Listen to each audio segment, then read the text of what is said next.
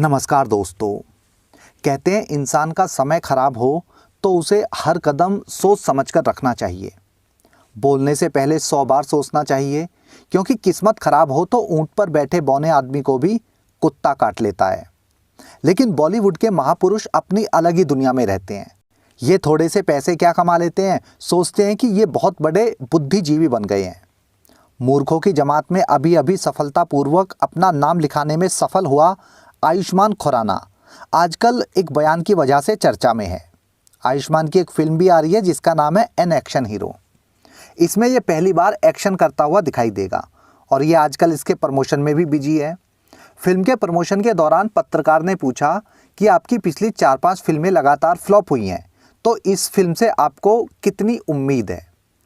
इसके बाद आयुष्मान ने जवाब नहीं दिया, बाकायदा गोबर कर दिया और गोबर करके अपने ऊपर गर्व महसूस कर रहा होगा कि कितनी बुद्धिमानी से इसने जवाब दिया है। आयुष्मान ने कहा कि मैं हिट और फ्लॉप की चिंता किए बिना प्रोजेक्ट पर काम करना पसंद करता हूं। मैंने अपने करियर के शुरू में ऐसी फिल्में की जिन्हें कोई करना पसंद नहीं करता, लेकिन मैंने उनमें काम किया। मैंने जितनी फिल्में की वो सारी लीक से हटकर थी, इसलिए ये फिल्में अच्छा बिजनेस नहीं कर पाई, क्योंकि हमारा देश होमोफोबिक देश है। ये दुर्भाग्य की बात है। आयुष्मान को भारत जो है होमोफोबिक लगता है। होमोफोबिक से आयुष्मान का मतलब यहाँ पर यह है कि इंडिया में लोग जो है एक ही तरह की फिल्मों के आदी हैं, वो पूर्वाग्रह से ग्रस्त हैं। उन्हें लीक से हटकर कहानियाँ पसंद नहीं आती या समझ में नहीं आती, क्योंकि अलग तरह की कहानियाँ लोगों की समझ से बहुत परे होती हैं। अगर सिंपल शब्दों में कहे तो होमोफोबिक वर्ड यूज करके आयुष्मान ने देश की जनता को एक तरह से पूर्वाग्रह से ग्रस्त बता दिया, जो पहले के अनुमानों पर अपनी राय बनाती है और उसमें कुछ भी नया सीखने की, नया करने की या नया जानने की क्षमता नहीं होती। और भी ज़्यादा आसान शब्दों में बताऊं तो आयुष्मान ने जो है देश के लोगों को बेवकूफ़ कहा है। बस चॉइस ऑफ वर्ड्स ऐसी है कि इसमें जो है किसी को बहुत ज़्यादा बुरा ना लगे।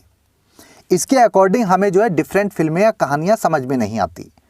दरअसल इसका दिमाग जो है थोड़ा सा हिल गया है, या हो सकता है ये सोचता हूँ कि अपने इसके पास में जो है 1-2 डिग्री हैं तो ये जो है बहुत बड़ा बुद्धिमान है।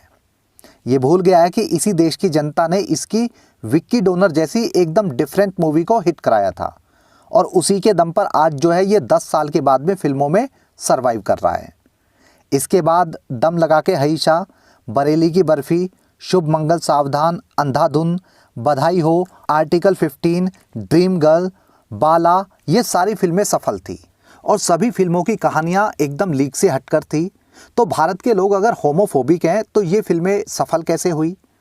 इसी दौरान इसकी और भी फिल्में आई, जैसे नौटंकी साला, बेवकूफ़ियाँ, हवाई ज़्यादा, मेरी प्यारी बिंदु, शुभ मंगल, ज़्यादा सावधान और गुलाबो सिताबो, जो बुरी तरह से फ्लॉप हुई थी। लेकिन आयुष्मान के अकॉर्डिंग ये सभी फिल्में चलती तो ये जो है दर्शकों की या देश की जनता की तारीफ करता, वरना हम सब होमोफोबिक हैं। भाई आयुष्मान खुराना, RRR, माना तू ठीक ठाक एक्टिंग कर लेता है, लेकिन इसका मतलब ये थोड़ी है कि तेरी गोबर फिल्मों को भी लोग जो है आंख बंद करके देखने दौड़े चले जाएंगे, वो भी सिर्फ इसलिए कि उनकी कहानी थोड़ी सी डिफरेंट है। लीक से हटकर या डिफरेंट के नाम पर तू कुछ भी पेलेगा क्या। इसने अपने बयान में आगे कहा कि एक एक्टर के तौर पर मुझे रिस्क लेना पसंद है। बिना रिस्क लिए मैं अपने करियर को सफल नहीं बना पाऊंगा। मैं आज जो भी कुछ हूं वो इसलिए हूं कि मैं रिस्क लेना जानता हूं, अच्छी कहानियों पर काम करना चाहता हूं। कितना नादान है ये प्राणी। इसे लगता है ये आज अपने रिस्क लेने की वजह से इतना फेमस हुआ है और इतना बड़ा एक्टर बना है। बहुत बड़ा नहीं है, फिर भी जितना बना है। ये नादान नहीं, बेवकूफ़ है। इसकी नई फिल्म आ रही है एन एक्शन हीरो। उसमें एक डायलॉग है, आपने भी सुना होगा, जिसे ये खुद भूल बैठा है। उसमें डायलॉग है, ये जनता पागल नहीं है जो थारी फिल्म देखने आती है। जिसे तू अपनी कमाई कह रहे हो ना, प्यार है हमारा जो हमने दिया है अपनी मर्जी से। यानी एक आम दर्शक बोलता है अपने एक्टर से कि जिसे आप अपनी कमाई कह रहे हो, जिसे खुद के लिए क्रेडिट दे रहे हो, जिसे अपनी मेहनत बोल रहे हो, वो मेहनत नहीं है, वो आम जनता का प्यार है जिसे वो देती है बिना किसी शर्त के। अपनी ही फिल्म के इतने बड़े डायलॉग को ये आसानी से भूल गया और अपनी सक्सेस के लिए जो है खुद को क्रेडिट दे रहा है। नादान नहीं, बेवकूफ़ है और उल्टा जो है देश की जनता को होमोफोबिक बोल रहा है। ये घमंड है इसे जो लेके डूबने वाला है, और यही वजह है कि आज ये जो है आउटसाइडर होने के बावजूद भी लोगों के निशाने पर है। डिफरेंट मूवी के नाम पर कुछ भी पेलोगे तो देश की जनता मूर्ख थोड़ी बैठी है कि कोई भी फिल्म देखने चली जाएगी। इसका कहना है कि लोगों को लीक से हटकर फिल्में समझ में नहीं आती क्योंकि वो होमोफोबिक है। फिर इसने ये भी कहा कि इसे हिट या फ्लॉप से कोई फर्क नहीं पड़ता, इसे अलग तरह की फिल्में पसंद है इसलिए ये उसी तरह की फिल्में करता है। ये कहता है इसे हिट या फ्लॉप से कोई फर्क नहीं पड़ता, लेकिन 3-4 फिल्में क्या फ्लॉप हुई इसे अपनी औकात याद आ गई है। ये एक फिल्म का अभी जो है कुछ समय पहले 25 करोड़ रुपए चार्ज करता था, लेकिन 3-4 फिल्में फ्लॉप होने के बाद इसने अपनी फीस 25 करोड़ से घटाकर सीधे 15 करोड़ कर दी, यानी 10 करोड़ रुपए इसने अपनी फीस में से कम कर दिए। अब ये इसका दोगलापन देखिए। एक तरफ ये कटोरी जैसी शक्ल बनाकर कहता है कि इसकी फिल्में नहीं चली क्योंकि डिफरेंट सब्जेक्ट पर बनी थी, लेकिन फिर भी ये विक्की डोनर में 50 लाख रुपए की छोटी सी फीस से 25 करोड़ रुपए की भारी भरकम फीस तक पहुंच गया। क्या फ्लॉप फिल्में देके पहुंचा है? क्या वो फिल्में हिट नहीं हुई थी? इसी देश की जनता ने उन फिल्मों को हिट कराया था ना। और दूसरी तरफ ये बोलता है कि या तो ये भी जो है हसीस और गांजा मिक्स करके कटकने लगा है या ये कुछ ज़्यादा ही घमंड में डूबा हुआ है। इसको लगता है ये डिफरेंट कहानियों पर काम करता है तो देश की जनता मूर्ख है और देखने दौड़ी चली जाएगी। ये इसका दोगलापन है कि एक तरफ कहता है कि इसको हिट या फ्लॉप से कोई फर्क नहीं पड़ता, लेकिन दूसरी तरफ ये अपनी फीस में से 10 करोड़ रुपए एकदम से घटा देता है। 25 करोड़ ले रहा था ना तो उतनी ही लेता।